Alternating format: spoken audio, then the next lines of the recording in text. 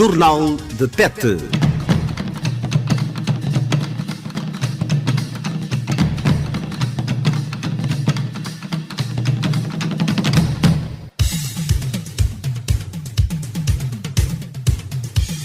Boa tarde. O governador de Tete, Domingos Viola, disse esta terça-feira nesta cidade que o endurecimento das medidas de prevenção e combate à Covid-19 decretadas pelo governo malauiano vai trazer grandes vantagens na prevenção desta pandemia por parte dos moçambicanos, particularmente aos que vivem na linha da fronteira com aquele país vizinho. E em Doa, uma das regiões da província de Tete, que faz fronteira com o vizinho Malawi, as autoridades da saúde dizem stop à Covid-19. Já no desporto, a direção da equipa da UTS diz que ainda não foi notificada para a retoma gradual das atividades esportivas naquela coletividade. São alguns destaques deste Jornal da Tarde da Rádio Moçambique, hoje editado e apresentado por Manuel Cardoso e Cândido João Sonoriza. Fique atento para os desenvolvimentos destes e de outros assuntos de atualidade local e provincial. Até já.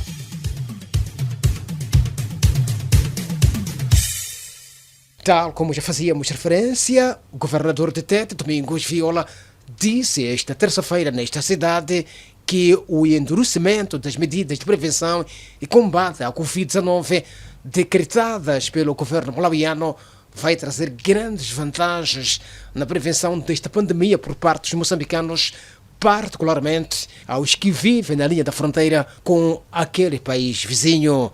Toda a informação com o jornalista Adriano Picuani. O governador de Tete considera que as mensagens de prevenção da Covid-19 nas regiões fronteiriças com a República do Malawi terão mais impacto. O sentimento de Domingos Viola tem a ver com o endurecimento das medidas de prevenção da pandemia tomadas recentemente pelo governo daquele país vizinho.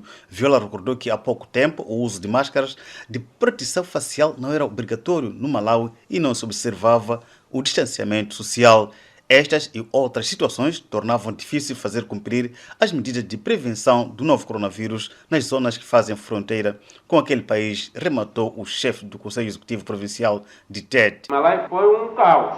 Tem penas muito altas, de 9.000 meticais, para aquele que desobedecer às medidas que o Estado malawiano tomou. Isso vai nos apoiar muito ao longo da linha da fronteira, que não havia. Do outro lado, o uso da máscara não era obrigatório, e deixavam fazer campanha, uma série de coisas que andavam a fazer. Sentimento do governador de Tete face ao endurecimento de medidas de prevenção da Covid-19 no vizinho Malawi.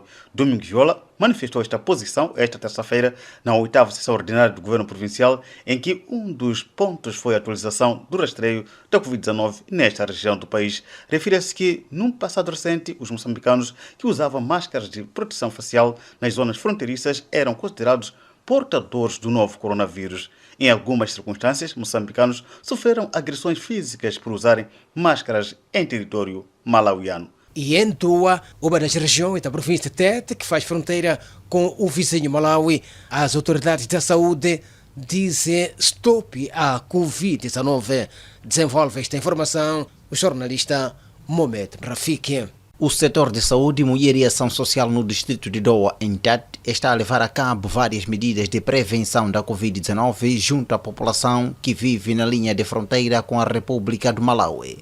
Pulverização de viaturas, controle e rastreio das pessoas que atravessam a fronteira são algumas das medidas, segundo Maria Lotte, diretora distrital da Saúde, Mulher e Ação Social.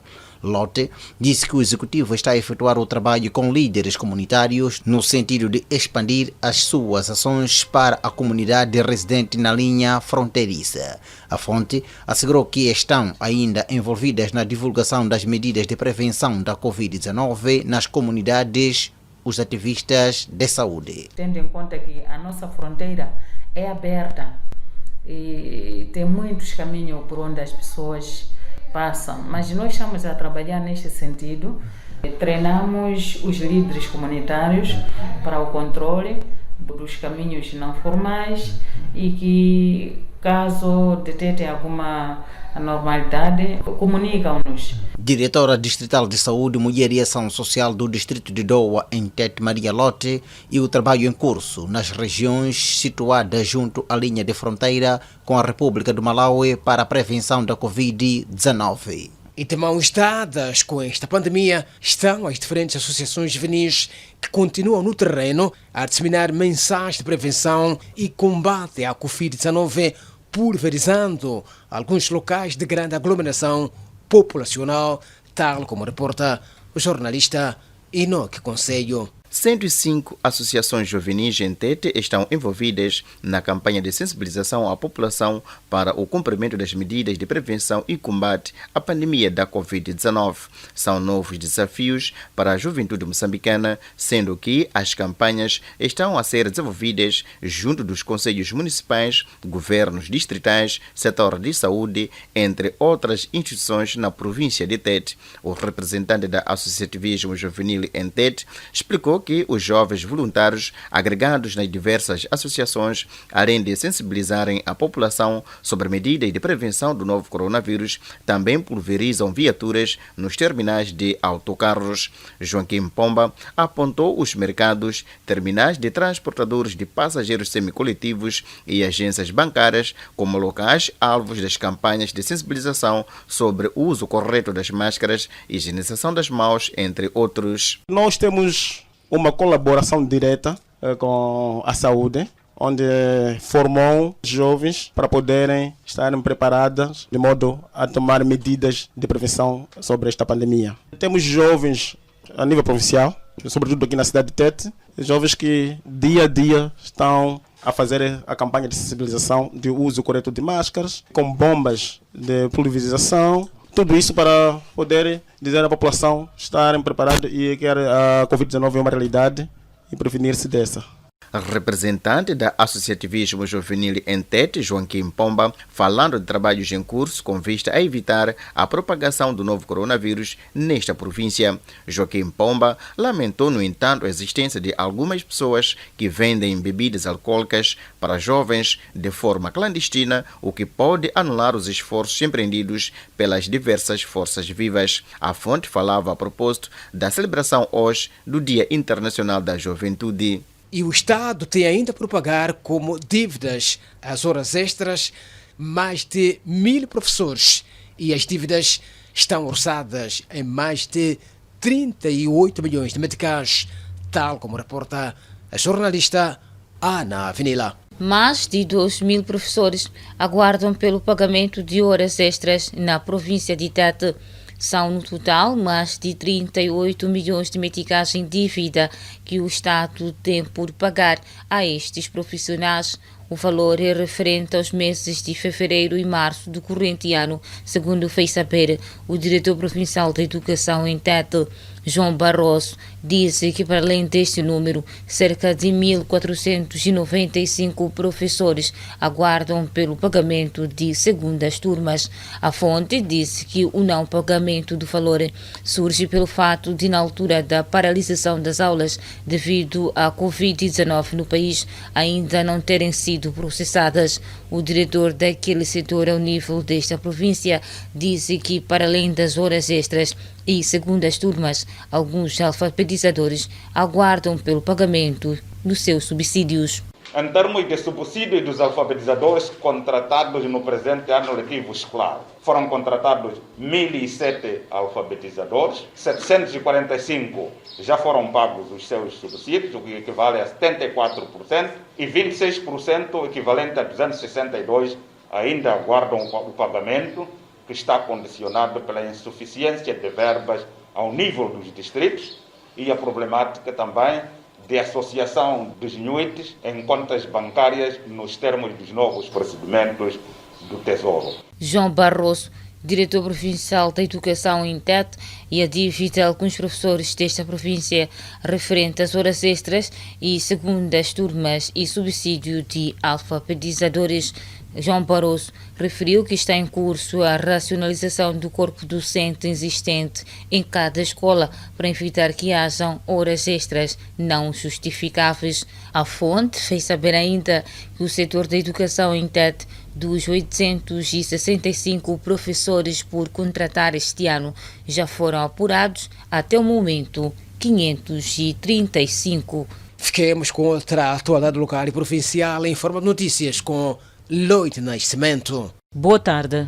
O governador de Teta desafia o setor da educação a criar condições nas escolas secundárias de modo a permitir o reinício das aulas da 12ª classe. Falando na 8ª sessão ordinária do Executivo Provincial, Domingos Viola sublinhou que, para o efeito, é necessário que seja feita uma fiscalização apropriada. Segundo o chefe do Conselho Executivo Provincial, os 6 milhões de meticais atribuídos ao setor da educação para a criação de condições nas escolas bem geridos podem fazer a diferença. Viola salientou que foi escolhida a 12ª classe para a retoma das aulas a 1 de outubro, por se considerar que são alunos com uma certa responsabilidade em relação aos do ensino primário. O chefe do Conselho Executivo Provincial de Teta apela à sociedade a olhar o processo de descentralização como parte do processo de desenvolvimento local. Domingos Viola fez este pronunciamento na palestra por ocasião do Dia Africano de Descentralização e Desenvolvimento Local. Segundo Viola, o processo de descentralização que hoje o país vive deve ter apoio de todos, pois, com o mesmo, pretende-se contribuir para a paz e o bem-estar social. O Dia Africano da Descentralização celebra-se este ano sob o lema Contribuição dos Governos Locais para a Prevenção de Conflitos e Manutenção da Paz. A Secretária de Estado da província de Teta apela às igrejas e instituições de ensino a organizarem-se para a retoma das suas atividades no ambiente protegido da Covid-19. Segundo Elisa Zacarias, é importante que tanto as igrejas como as instituições de ensino criem condições necessárias para uma melhor proteção neste momento de Covid-19. Para aquela dirigente, é necessário que tanto os líderes religiosos como os gestores escolares estejam consciencializados da importância da adoção das medidas de prevenção da Covid-19 para não serem sancionados. Jornal da Tarde da Rádio Moçambique. Vamos finalizar com o desporto, com a indicação de que a direção da equipa de futebol da UTS diz que ainda não foi notificada para a retoma gradual das atividades esportivas naquela coletividade. Este é o assunto que iremos desenvolver depois deste curtíssimo intervalo. Até já.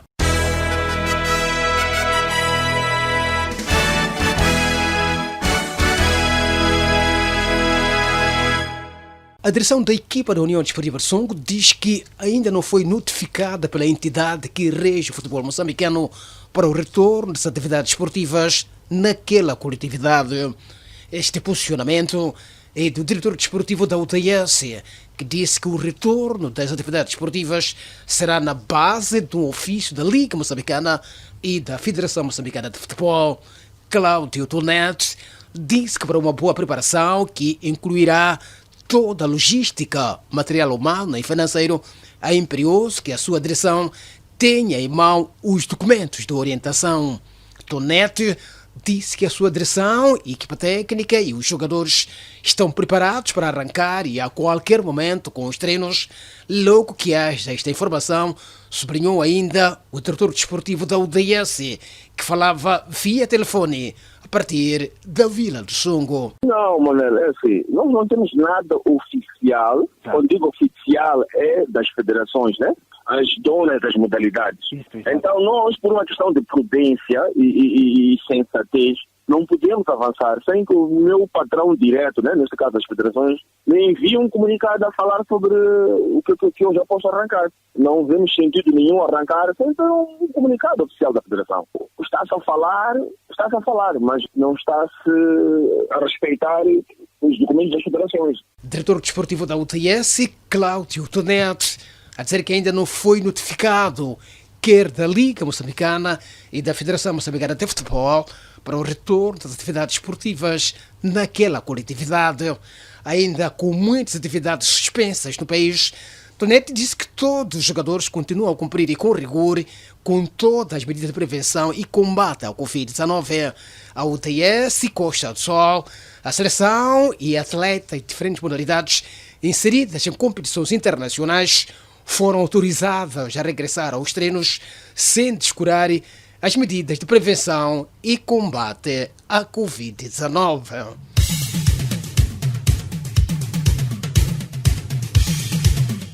Está tudo dito. Manuel Cardoso editou e apresentou. Cadro João sonorizou.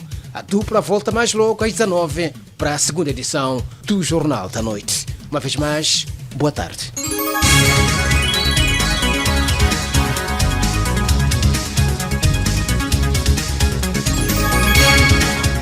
Jornal de Tete.